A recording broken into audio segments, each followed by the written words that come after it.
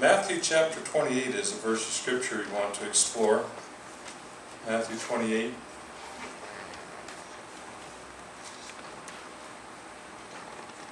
Then Jesus came to them and said in verse 18, "All authority in heaven and in earth has been given to me.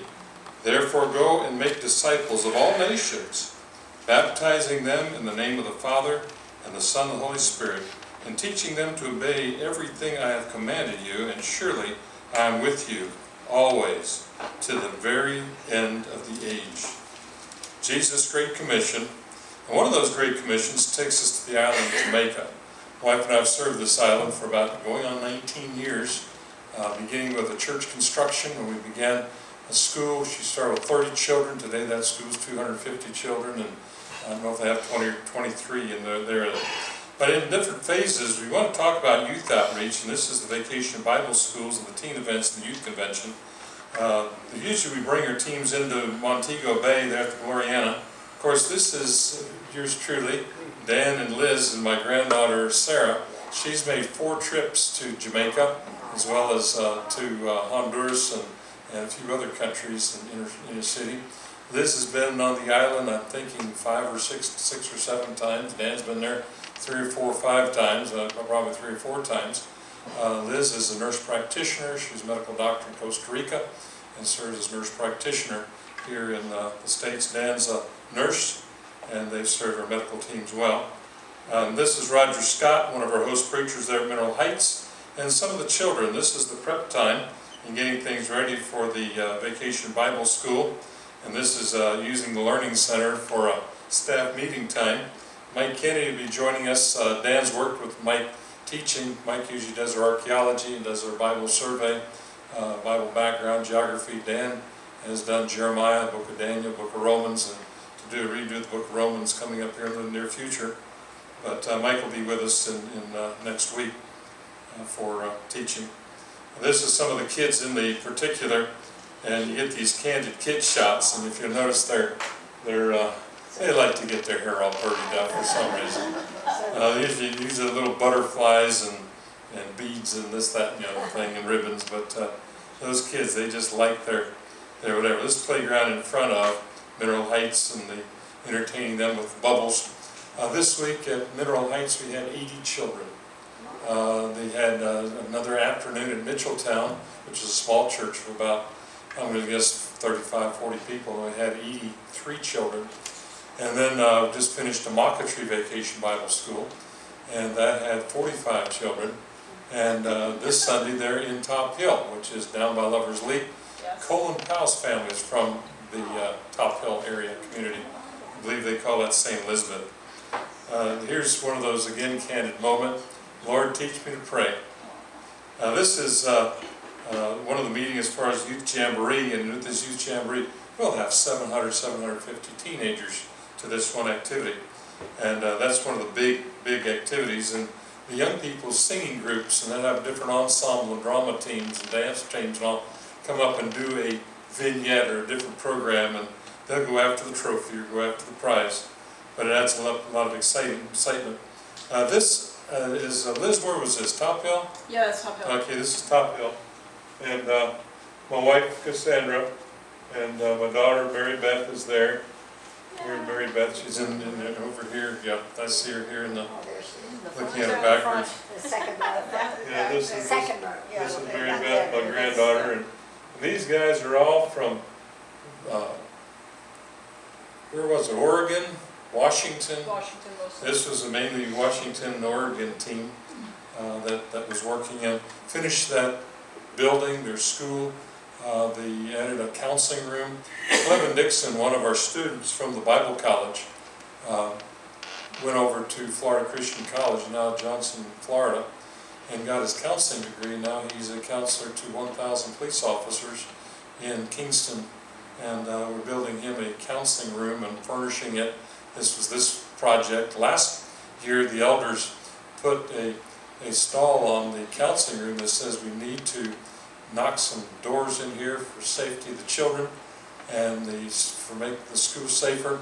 And so the monies went that we're going to go for furniture for the council room to go for children's safety and getting some of the doors cut through the concrete. And so they're hoping to get the sound room finished up and counseling room furnished, and that project should be finished after 5 years of working with this congregation. We usually take 2 projects on at a time. We don't want to leave half-finished projects, because when we got there 19 years ago, there were half-finished church projects all over the island. And so everybody says, well, Brother Rich or Sister Sandy, you need to help us build this Sunday school classroom. You need to help us build this church. You need to help us do this. So not until we finish the 2 projects we're on, then we'll be ready for project number 3 and 4 and 5 and 6 and 7 and 8. These are our basic schools. This is K3, K4, K5. Originally the church just met in a small room in here, which actually was 2/3 the size of this auditorium, and they jammed 70 people in there. And the upstairs now that was a parsonage is now the college. And not in this picture is a 3-story building just as big as this section, which is accommodating the basic school. The church did purchase the lot right next door to it about 6 months ago, and are planning to expand their school. But they've gone, like I said, from 30 students to 250 students, and the auditorium will seat about 300. This is inside the auditorium. Of course, the kids love their music and their fellowship. This is the Kinder Prep Basic School, which is K3, K4, and K5, and getting into first. These are some of the kids. They all wear their nice uniforms, and that's all part of their identification with their school. And here again, some of the kids with a program. They had a big school program. The Mineral Heights School, as far as being a model school, became the best school in the parish, which is like a county, and they're the 2nd best school in the nation of Jamaica. And so that's kind of bragging rights, or just say that's kind of neat that you can have a mission and put 15 years into mission and end up be the 2nd best school in the nation. That's, I don't know, that's my good wife organizing and training teachers and going on from here. This is Maypen. We had to do some re-roofing on this, and this back building here, after we re-roofed and fixed up the school, my daughter came to the school and she wept. She's a school teacher, works with 4th and 5th graders out of Claremont, and she saw the dirt floor, she saw the little light bulb just dangling from a cord, and one door was propped up with a cement block. And she says, Mama, they've got to get, is this school? Is this where they get an education?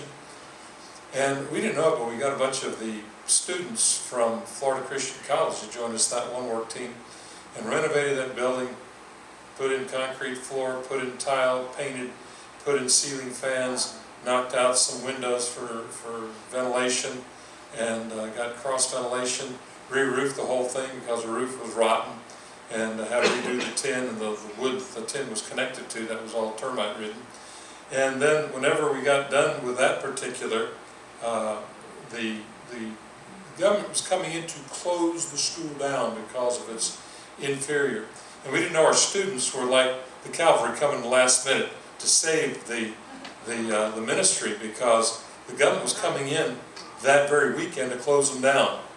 And when the government came, they saw the tile floors and the kitchen and the bathrooms and all the stuff fixed up. And so they got so excited that the government brought in 2 more Porta school rooms. So they came to close down, and they ended up enhancing. That's right. And so It's God, amen. that's got to be a God thing. But, you know it. but these are the classrooms. It's called Evans Basic School. There's Ronnie Craig. He's our Dean of Students. This is the inside. If you see the floor, the tiling, and this is the after. The before was horrible. Yes. The other area of work we've done is in the medical team. Yes. And the medical team is where we have doctors and nurses and pharmacists. They're needed for 1-week trips. And this is Jeff Stone. Jeff is registered nurse over in Washington State. And Jeff has been one of our best recruiters for recruiting nurses and doctors. Liz is number 2 for recruiting nurses and doctors. No worries. Jeff is number 1 for recruiting nurses and doctors. We had one nurse come that she was bragging, she was showing pictures of her pink truck. And her pink truck was one of these monster trucks, but it was all pink. And then for Christmas this last year, she got a pink AK-47. I mean, that baby packs heat. I mean, she is one lady that you don't argue with, CJ. She just, and no nonsense. She says, take your medicine, you take your medicine. But but that's not this gal. I don't know if we have her picture or not, but these are our medical teams. This one kid had these sores all over him. This is sorting out pills. This is Liz and team sorting out pills. We had one pharmacist, Dr. Sathrie's husband, Joe's pharmacist, and he a lot of times oversees our sorting medicine. We will bring in $1,200 to $1,800 wholesale worth of medicine every year, which interprets to $12,000 to $18,000. That's the markup on medicine. You're not supposed to know that when you go to Walmart and you say, oh, I got a bargain, I got mine for $30. Well, it only cost them $3, or I only paid $300, it only cost them $30. You don't know that. You're supposed to be the consumer, but you're paying for, a lifestyle. But in any meds, you got to understand meds. It takes $1 billion to develop a medicine and $1 billion to market it. And there's one country down in I think it's Argentina, that likes to steal our research and just throw it out there in the open market and say, oh, we're just a poor people, we can do that. But they're bypassing the $1 billion or the $2 billion investment for any new medicine coming to fruition and coming to market. These are some of our nurses. This gal was out of Ottumwa, Iowa. These are some of the little kids waiting. We're talking about in a particular clinic, 70, 80, 90, and 100. In a normal clinic, if you saw, Dr. Sathry said if she saw 28 patients a day, that was a busy day. Liz, when you're doing clinic here, what was a normal day? 25, 30? Oh God, no, even more. We were seeing anywhere from 50 to 70 patients, but separate we were doing. I'm here in Lakeland. Oh, here in Lakeland, oh God, no. Yeah, 20 patients at 20 patients a day is normal. Yeah. 20, 28 is a normal day in clinic. 70, 80, 90, our doctors got so worn out, they says we need a 2-day break. So they served for a couple days, and then they said we're going to take a couple days and then work a couple days, because they'd run 4 days straight and they were dragging. Part of work too is chaplaincy, where the chaplain prays for the patient. And it's almost like revival meeting when you pray, and there's decisions made for Christ. There's been some baptisms from those decisions, but this is part of the exciting, that you work with their physical needs, and then you work with their spiritual needs and dealing with that particular. And I know last year that we had 10 decisions for Christ in our medical clinic. This is a new venture for eyeglasses, and the big thing is sunglasses, because of the fishermen, and they're out on boats needing sunglasses, and so we're giving out sunglasses like candy bars. This is some of the concerns we had on a baby clinic. This is Dr. Liz. We call her Dr. Liz because she be that, and she's tending to this one particular patient. This is the clinic, and the church building will be kind of the reception room, and then we'll have some of these massage tables as we'll set these up, and they'll be our exam tables. These are some of the little tykes that came for getting patched up. This is Jeff going through some treatment. This is Jeff's wife Johnny taking blood pressure, and this is our other nurse out of Iowa. This isn't the one that packs AK-47. This is Dan. This one little kid had maggot infection all over the legs, I think, and there's all sores all up and down, and they had maggot worms inside of every one of these sores. And they all of them had to be lanced, and every one of them had to be whatever. But this was one of those cases of what you run into in this particular. Again, I think this was at Ashley. This is Sister Joyce, and Dr. Liz tended to Joyce. And my granddaughter, she was working with the kids and kind of registering. And here's a dad concerned about the well-being of their little ones. This was Ashley, I'm thinking, Yes, wasn't sir. it? Yes, This sir. was Ashley Church. They just built that upstairs. I preached there about 2 months ago. I preached in that congregation. Oh, wow. Me and Winston going, they have a pulpit exchange among the preachers every 3 months or so. I said, I'd like to try that someday here and have a pulpit exchange with Bartow or Date Cedars, every other one, just to get to see the other church and have them meet yours. But so I'm thinking Winston's part of this pulpit exchange, so Winston's preaching, right? Well, Winston comes up to me and says, well, we're going to be introducing Brother Richard here in a couple of minutes, and he'll be bringing the message.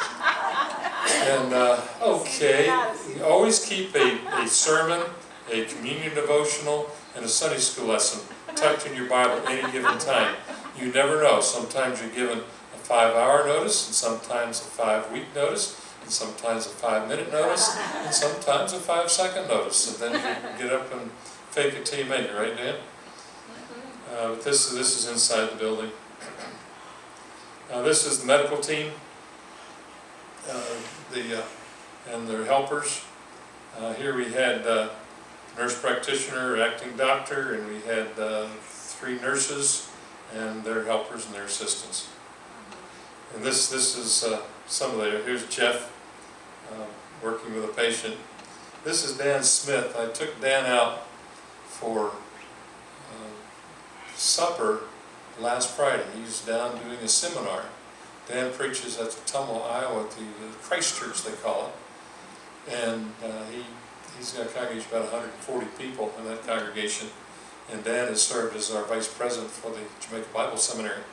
And a good brother, just a good encourager. This is Jonah, his wife. She works for the government, and she was supposed to come with him. She had to work. They called her out last minute, so Dan got to go to the seminar alone. This is Dr. Lisa Sathry. She's one of the recruits from Oregon, but she has her own clinic there in Arizona. And so she comes out of the heat of Arizona into the not so hot Jamaica.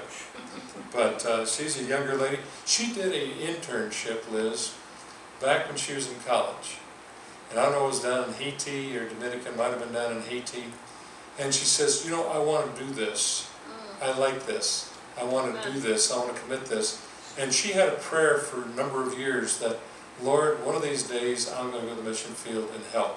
I'm going to serve you in a certain capacity in the United States, but I want to pay it forward and I want to go. And when she came 3-4 years ago, that was a fulfillment not only of her prayer, but her prayer and her dream of going there. And the government is really sometimes cooperative, most of the time non-cooperative, getting your meds through. Exactly. Last year it was $300 to get our meds through. This year it's only $30 to get our meds through. And the same amount of meds, you just go figure. And they just go whatever mood they happen to be in. But I remember Sandy brought all these Band-Aids, and she took them out of the Band-Aid boxes and stuck them in one big Ziploc bag like this. 1,000 Band-Aids. And the guy says, how do we know there's 1,000 Band-Aids in there? Well, if it was me, this is the way I would do it. 1, 2, you missed me up. 1, 2, 3, 4. That's how I'd do it. I'd really aggravate them bad. But Sandy says if you open that Ziploc thing, you can have Band-Aids all over the airport security floor just because, you know, they're all in there and they're just smooshed down, and you open that bag up, you're going to have Band-Aids over. You just have to take my word for it that there's 1,000 Band-Aids in that one Ziploc bag. And this is the adventure. And all meds have to have expiration date of 2 years from the date you bring it in. And that's from the date you bring it in, not 2 years from when you bought it, but and then we have to have a complete listing of everything there. And they sure love to, they'd like us to donate those meds to the clinic so they can charge people for them. And my wife says, we're not charging people for them, we're giving them meds away. This is Joe and Lisa after a clinic, and that kind of ends the week as far as with the medical clinics. And Jamaica has been a mission. My wife originally planned to go to Puerto Rico and be a medical missionary. That was her game, that was her plan. And she was going to work maybe in the Christian school. She didn't know exactly what she was going to do. But she finally got to Puerto Rico about 5-6 years ago. I took her